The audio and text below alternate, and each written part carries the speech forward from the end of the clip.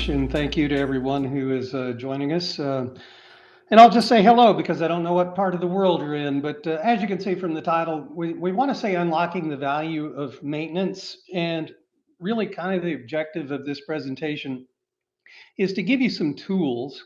Because one of the things that I've ran into quite a bit in my career is I've met very dedicated reliability and maintenance professionals, but some of the challenges that they have faced is convincing their management that they needed to get the proper equipment, the proper filtration equipment, and so forth. So we're going to not only show you a few things on how to do that, but give you some more information to be able to back those up. So uh, for those of you who are listening live, you saw we got a late start. We do have a technical issue, and so I'm going to have to ask somebody named Auburn who is going to advance my slides, and I'd like for her to do that right now. So one of the things that we were taught, or at least uh, some people teach this inappropriately or incorrectly, and that is that they basically teach that this problem to failure curve is how you should be doing your condition-based monitoring.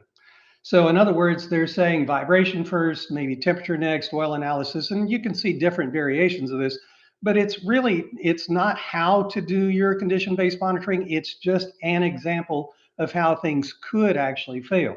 So if, let's take something that a simple mechanical issue. So if you have a loose mounting bolt on a motor, that's obviously a mechanical issue. And yes, vibration is going to pick it up. And if you wait for it to actually go down this curve further to where it's picked up by oil analysis, at a minimum, you've had some excess wear that didn't need to occur and you might have inflicted some damage.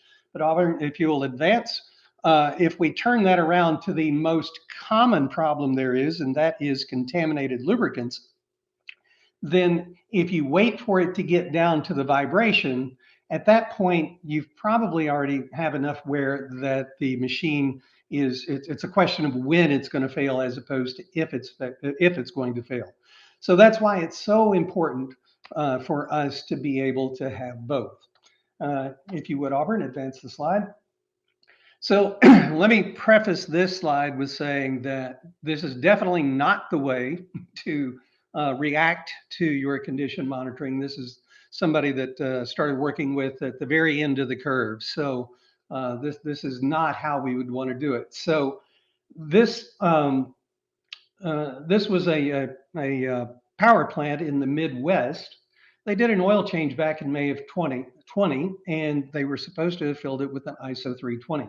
But you can see there from the first oil analysis that they got that it was almost half of what the viscosity is supposed to be. We have a bit of iron showing up in the elemental analysis and a PQ of 34. Then we see they did not address it even by October. Still have iron. PQ index is still indicating we have some large particle. Even the next oil sample, pretty much the same thing.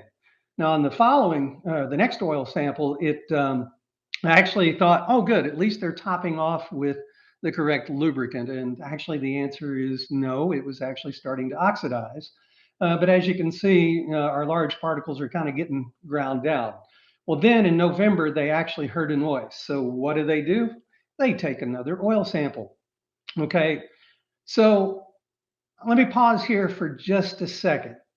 So I'm not sure how we want to reveal well, I have them right in front of me. We don't actually have to display them. But for those of you who are doing, by the way, it's 22% of the people who answered the poll are sampling annually. So look at those numbers there. That's actually not that bad of an oil sample. So I would have raised an eyebrow over the copper in there because that's probably indicative of a little cage damage, but that doesn't look that bad. So without the other samples, without the trending data, we wouldn't have known what that situation was. So after they took that oil sample, heard the noise, then they brought on vibration. Next slide, next punch there, Auburn.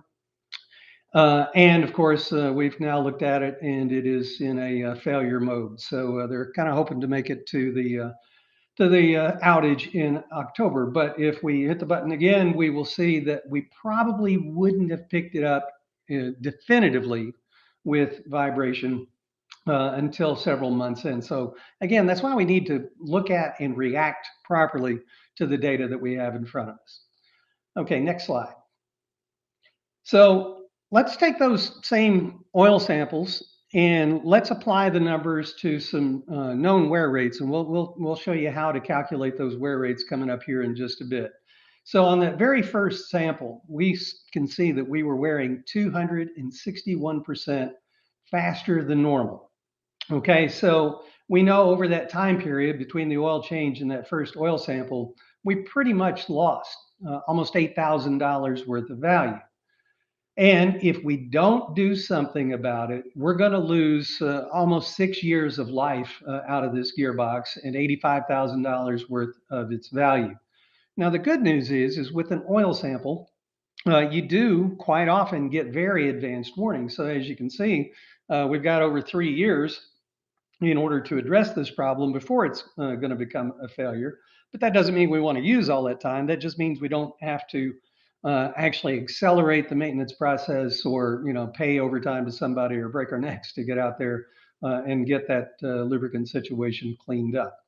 So on the next slide, you can see that they actually have ignored that data again. So to that date, they've already lost about $16,000. And as you can see, it says that the value to be lost is actually going down. That's because they've already lost it. So every time that value lost to date goes up, the value available to be lost or to not be lost is going to go down. So that's why reacting is so important.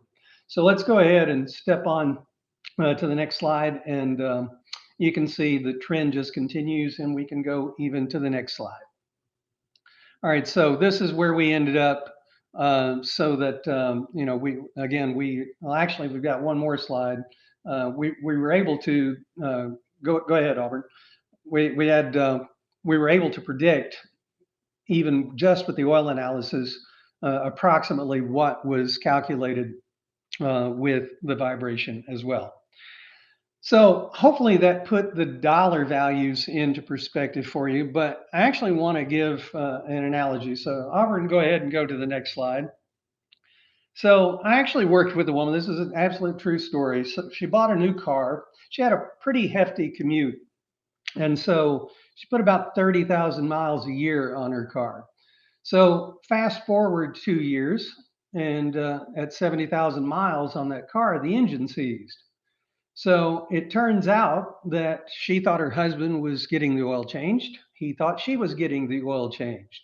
And so I'm surprised they made it that long. Surely they added some oil, but they said the factory oil filter was still on it. So the point of this is we're doing the exact same thing to our industrial equipment. If you think about it, that car worked fine for 70,000 miles. It did everything that she wanted to. She saw no issues with it, and she got a good bit of use out of it. And 70,000 miles is nothing to sneeze at. But she should have easily gotten 200,000 miles out of a modern car. My last company truck that I had 203,000 miles, and besides the 100,000 mile tune-up, it was oil changes and tires. So that again is kind of an analogy of what it is that we are doing to our industrial equipment. We're satisfying for less than optimal life out of it. Next slide. All right, so and this is Auburn's animation where Rosemary's car was towed off the interstate. Okay, next slide. All right, so what if we did something just a little bit different? What if we clean that oil up? So on a gearbox, typically a 19, 16, 13 on the particle count would be a typical target. We just clean up the 6 micron particles, just one ISO code. And that'll give us a wear rate that is 5% below normal. And that may not seem like a whole lot, that we saved $397 in about a 5-month period. But if we look down at the days to be gained, we can actually get almost 6 months of additional life out of that. And the value of that translates out to $7,000. So that extends, that extends the life. And it's just a simple thing. So we don't have to achieve these 200, 300% improvements to show significant value. Small changes in particle counts can actually help us out. All right, next slide. All right, so how do we calculate these costs? All right, so the first thing we have to do is determine the wear rate. Now, the way that we're doing it is we're actually using ISO 281. I was at a conference recently, and I was told SKF came up with this, but I also found this on Schaeffler's website as well. But it's an excerpt from ISO 281, and I can tell you, if we do it this way, I'm going to have an easy way for you to figure this out here in just a moment. But if you do it this way, we've kind of worked on this formula for months because you have to do a lot of correlations. But this is the math behind it. But the one thing that I really do want you to see, and I know it's kind of hard to read on that slide, but Auburn, if you'll hit the button, if you look, ISO 281 says typical contamination that we're getting basically 20, somewhere between 10 and 30% of our of life of the L10 life out of a bearing. This is typical. This is the World Standards Organization that is telling us this is what's typical. To get to that 19, 16, 13 that we talked about, we actually have to go up to the standard cleanliness. And so, you know, this is, I don't want to say easy. Well, it is easy, but this is what we have settled for so long. And we need to strive to achieve that standard cleanliness level. All right, so on the next slide, we can actually see this is a document that's been published. It was, I can honestly say it was the most influential single document of my career. I've been doing this for over 20 years. And I'll shoot straight with you. Whenever I read this and look at the table, I know it's hard to read on there, but hopefully you guys have seen this. But when you read this, you just have to clean up a code to extend something's life by as 10%. And you can actually extend things according on like hydraulic systems and so forth. You can extend the life of those relative to that typical cleanliness level by as much as 10 times. So I would recommend finding this table. It's published in on several different sites. STLE, ICML, NORIA, I believe there are several sites where you can find it. But look at the life extension table, and that'll help you calculate your wear rate. All right, so now that we've figured out how to calculate the wear, the next thing that we have to do is determine the daily value of that asset. Now, what you can do, and the numbers that you just saw were actually just the purchase price, but you could use the rebuild price. This does not take into account production losses and so forth. This is just strictly on the asset. So once we have that daily value, simply by dividing that value by the number of days, you can multiply that number of days between samples by the wear rate that you just looked up, and that can tell you how many days you have gained or lost. The next thing that we can do is multiply that daily value by the number of days gained or lost to determine the value for that period. And then lastly, you can keep a running total of that, and then you can have that for long-term analysis. All right, so as we said, we started off, we kind of wanted to look and see what a P to F curve, looked like and how some people were misinterpreting that. But I want to give you some examples of how it can be different. All right, so when we look at this is actually a mine down in Florida that I worked with several years ago. And unfortunately, one of the things whenever you're trying to convince people about these life extension tables is it takes several years to convince them that the data is real. And as I think I started to say, not sure if I finished it, but it took me quite a while to be convinced that the data was real. But I promise you, it is. It's not my data, but it's very good data that I do trust now. So if we look at this, this was a simple case of contamination control. They had a 3-year mean time between failures. The rebuild cost after each one of these failures was $190,000. So they asked if there was any way that we could help with it. So whenever I walked up to the box, the first thing I see is in that upper left picture is that cap there was finger tight, and you can even see the oil mist around that. So sure, or hope everyone on this call is familiar with the size of the particles that do the damage. They're much smaller than what the human eye can see. So those can move in and out through those cracks and crevices around those threads with ease. The next thing we see is that dipstick, and dipsticks are typically not sealed when they're in there. And when you take them out, you're collecting dust and dirt, and you're allowing that opening to bring some in, and you're liable to get dust and dirt on the dipstick itself before you put it back in.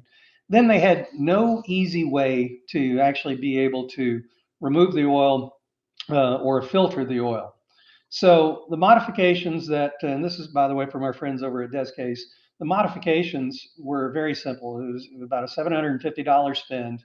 It was a desiccant breather, quick connects, and in the little white box that's inside that red circle, there is a sight glass that they were going to put on as soon as they finished the installation of the gearbox into place. So that is all we did to it, in addition to regular filtration. So they used portable filtration. They did not even do permanent filtration on that. As of November, that extended that life by over 3 times, simply by cleaning those particles up from a 24, 22, 19 down to a 17, 15, 12. So now why don't we take a look at the numbers and what that translates to. Next slide, Auburn. All right, so the wear rate, now it says minus 250%. That is compared to their original particle count, not to the industry standard. It is still cleaner, and as you can see, it's I don't know if you can see it in the small print just below the red box, but it says the particle wear rate plus or minus the standard is still 12%. So and they've stayed right on target with the moisture. But just by cleaning that gearbox up and not having to rebuild it, that is a $434,000 savings. So this is nearing the what we considered to be the end of life as we calculated it from the oil samples. But at this point in time, what you do is when you reach what your prediction is, then you have the box inspected and you can recertify it for an extended period of time. All right, so let's look at our next case study. All right, so as we said, it's kind of important to be able to utilize multiple forms of condition-based monitoring. So I want to recap just a little bit. We know that the fault type dictates the position of where on the curve something is going to be picked up. And if you think about it, if you remember that first slide, that first case study that we gave you, the curve wasn't a curve much at all. It was a long, long slope with a sharp curve toward the end of it. So, problem to failure curves are not necessarily, nice and smooth and pretty. Sometimes they're really just a 90-degree turn, depending upon what the problem is. Also, don't get confused on whether or not the severity of something versus the detection of something. So, like with the oil analysis, we can detect it early, but we had a little bit of time. It was going to be severe long term, but that'll give us a chance to deal with that, address that problem in a easily managed amount of time. And then don't forget the relationship, and we're gonna demonstrate it here, the relationship between the two technologies. So one of the things that we saw, this is a case study that one of my coworkers and I worked on. This was a flattener gearbox at a steel mill. So from the vibration data, he had less than 4 Gs peak-to-peak impacting and showing just a little bit of gear mesh frequencies, but no significant sidebanding. And by the way, I'm not a vibration analyst. I'm working on that, but this was done by a level or a Cat 3, so or maybe Cat 4. And so this is the information that he's provided me. So he couldn't find anything glaringly obvious in the vibration data. So we actually took an oil sample, and as you can see from the particle count there, it's pretty hefty there. It's pretty dirty. As a matter of fact, it's kind of on the verge of where the commercial particle counters just start reporting 999 because it's almost too dirty to read there. But it's wearing out 352% faster. So if we hadn't caught that, it might have been quite a while. I mean, if we waited for it to show up in the vibration data, that would have been a significant loss. So this is one of the cases where both technologies are great for what they do, but on this one, the oil analysis was able to show that there was an additional problem, and we headed it off before it actually was detectable by vibration. All right, in our next example, this is one where we, let's see, this is, where is this? Is at a plastic extrusion manufacturer. And what he can see of the vibration data is that he has greater than 10 Gs peak to peak impacting. And that's very significant for a gearbox with non-synchronous peaks at around 8.3 times the turning speed. And he believed that that was actually indicating possibly an inner raceway defect. So we wanted to pull an oil sample just to see what type of wear that we were actually getting from the machine. And when we looked at the oil sample, well, the wear rate was 40%. That's not great, but it's certainly not bad. Particle count, explains that, but that's not horrible. We wouldn't have been able to have determined anything from that. So even though neither one was completely definitive by itself, the customer ended up doing a lift check on the input shaft, and it turns out that the clearance was it had a clearance of 15 thousandths, well above the specified limit for that unit. All right, and then our final example, this is one where they kind of work together. All right, so in this third case, there was some gear mesh with approximately 21 teeth on the input pinion, with side bands of input shaft turning speed showing that there was an issue with the gearbox in respect to wear. So we wanted to do the least invasive technique possible, and that was oil analysis at the moment because they didn't want to shut down. And so we did do a sample. So when we actually got the sample, we could see that it was wearing and that the oil was dirty, but the viscosity checked out because it was reported as an ISO 220. So we got to digging a little bit deeper, and we got to speaking with their engineers, and we ran the numbers, and it turns out that even though we couldn't exactly see what was going on in the vibration and we couldn't exactly see what was going on with the oil, we were able to determine that because they were actually running the wrong viscosity oil, they were supposed to be running a 320, an ISO 320 oil, neither one of the technologies would have seen, or been able to have diagnosed what the problem was by itself. So together, we were able to determine what all happened with that. So with that, I'm trying to remember if the next slide is the question slide. I believe it is. Oh, I forgot. Also, we ended up filtering that with a 25 micron filter. And as it says there, we figured out that it was supposed to be an ISO 320. All right, so let's go over one more time what we kind of covered in this. That is more than one form of condition monitoring should be used simultaneously. And you can actually get a much better picture of what's going on with your machines if you're actually comparing that data side by side.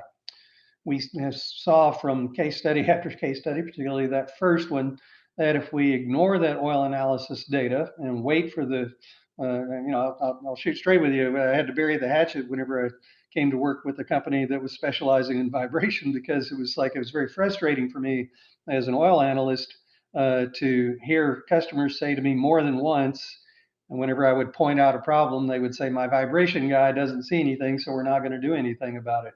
So, yeah, you don't have to do anything about it with the oil, but it could cost you, in the case of that first case study, about $83,000 on a $150,000 gearbox. And we can do that because we know that because we can now translate those wear rates into dollar values. And as we saw, just that little 5% improvement actually gained you 6 months of life and about $8,000 out of that $150,000 gearbox. And corrective action should be performed as soon as practical. So with that, I believe that opens it up to questions. Yes, just like Roy said, the question and answer session is now started. If anyone does have any extra questions, please enter them in the question panel on your screen for Roy to answer. Again, your questions will be read anonymously, and if we run out of time and don't make it to your question, Roy will reach out to you directly after the webinar to make sure those questions have been answered. And where we do have a few questions for you. So the first one, are these gearboxes continuous pressure, fed, or static? That particular one was splash lubricated. Okay. Next question. Should I use oil analysis instead of vibration analysis? Uh, no, I mean, I really don't. I mean, I think you should use everything at your disposal. I mean, I think you have to weigh and measure quite a few factors as far as which technology, which monitoring technology to use. Obviously, criticality comes into play, but you also have to look at, what are the things that you're having problems with? What are the things that are the most vulnerable? Things that are going to be susceptible to contamination. If you have to choose one, then yeah, I would actually choose oil analysis over vibration. If it justifies, I would definitely say do both. If it's oil lubricated, oil analysis is cheap and provides a lot of value. I'm not saying it's better. I think it's very necessary for both, but that's a choice you have to make based upon what resources you have available, and again going back to criticality and vulnerability. Great, thank you. How much could I extend the life of my assets? Oh well, as a rule of thumb, from that, if you remember from the ISO 281 slide, from typical, if you clean up a gearbox, on paper, it can go out 5 or 6. In practical experience, I think it's very realistic to think that you could extend the life of those uh, by at least 3 times. Now, hydraulic systems very easily. I mean, plants I would walk into that on average were changing out the pumps every 2 years could easily extend that to 14 years. In other words, 7 times on hydraulics, just by cleaning it up and getting it down to a code that is reasonable. And the cleaner you get it, the more it extends. And you can look at that life extension table that we spoke about, and you can figure out how much you can extend.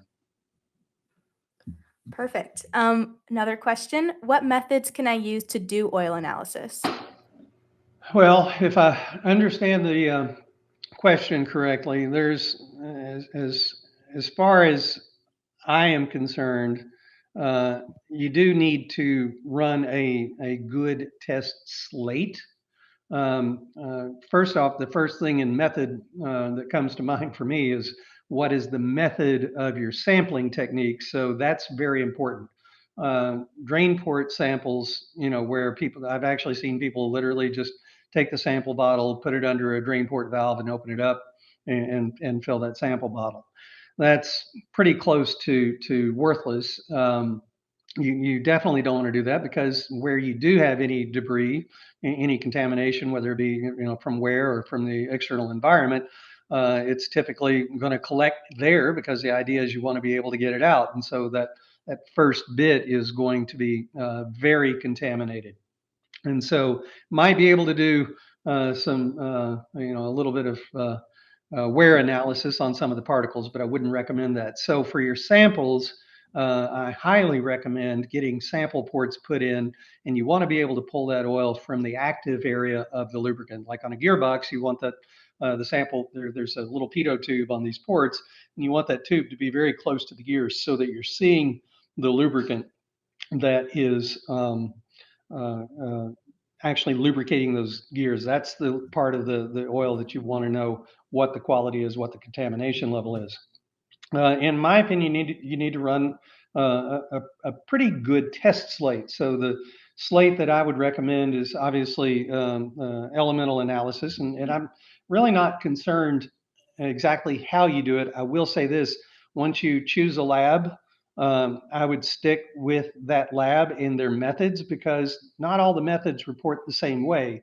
But going back to what we said on that first slide, the trending data is probably what is most important. So we want to do elemental analysis. Obviously, we want to do viscosity. We want to look at the acid number to see if it's healthy. Then recommend a particle count so that you can get an idea of what's going on with the contamination. And then the 2 more tests that I really do highly recommend. It depends on your lab as to how they want to run these, but a crackle test is good, but it's only good down to about 500 ppm. If they want to save money and run the crackle test, and if it fails, you don't have to do Carl Fisher by co-distillation. But if it doesn't fail, then I would recommend getting an accurate water measurement.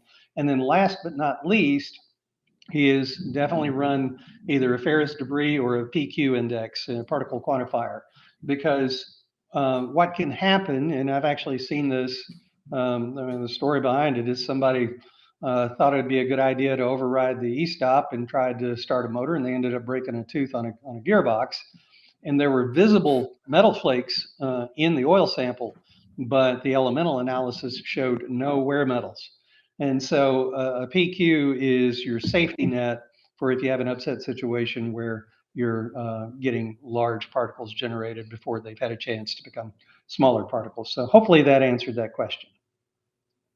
Yes, it probably did, Roy. That was a great explanation. Oh, How no. often how often should oil analysis be carried out on typical gear equipment?